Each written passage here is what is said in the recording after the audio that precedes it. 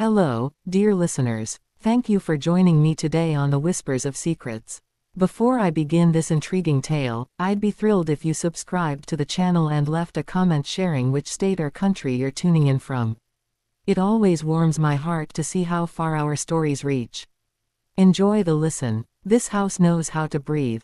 I've known its rhythm as well as my own for 40 years. In the mornings, when George's sun filters through the old pecan trees, it inhales deeply, dust motes dancing in golden light. Evenings, it exhales, beams creaking like sighs. My father-in-law, Reginald, built this home as a legacy for generations. A man of steady gaze and kind soul.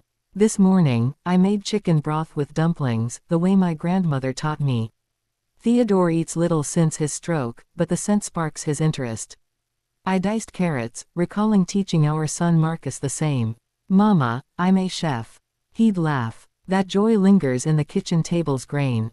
That bland slop again, Mrs.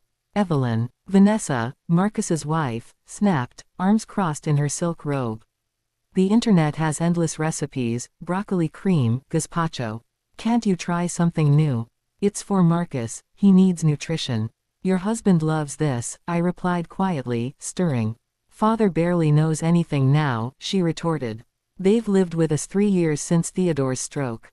Family together seemed right. I gave them the upstairs suite, we moved downstairs. But their habits, their sharp perfumes, displaced our home's air. Last week, Vanessa shoved Reginald's armchair aside for a modern eyesore. "Doesn't fit," she said. I said nothing, but at night, I stroked the old leather, remembering Marcus asleep in it with his grandfather. Theodore lay staring at the ceiling. "They're noisy," he whispered. Marcus came for lunch, eyes on his phone. He pushed the soup away. "Ma, we need to talk." "Seriously." Vanessa appeared, predatory glint in her eyes.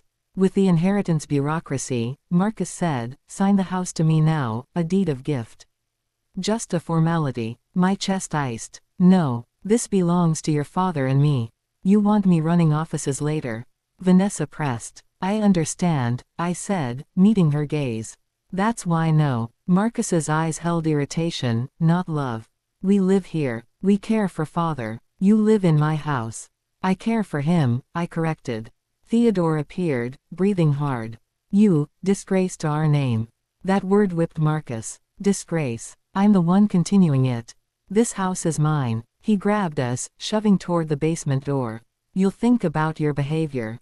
We tumbled onto the steps as the door slammed, bolted. Darkness enveloped us. I clutched Theodore, numb. Years of love, ended here.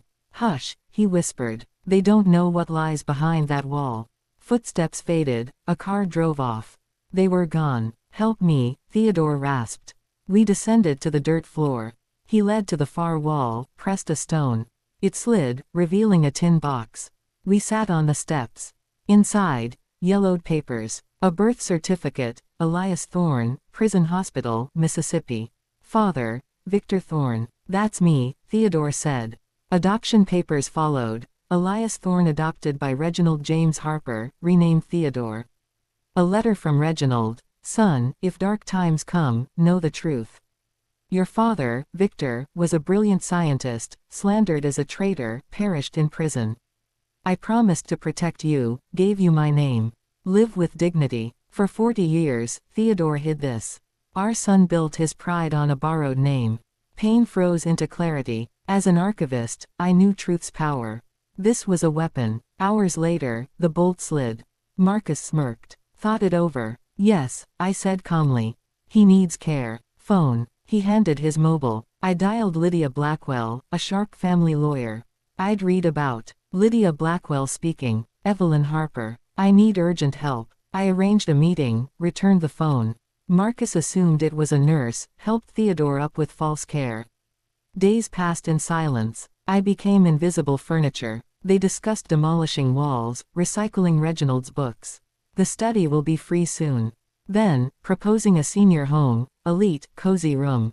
We'll visit. My maternal love died. Cold liberation. I met Lydia, showed the box. "This changes everything," she said. "The Harper name is capital. If Marcus has no blood right." She dug deeper. Victor Thorne, physicist, accused of treason, erased. Revelation would destroy Marcus socially.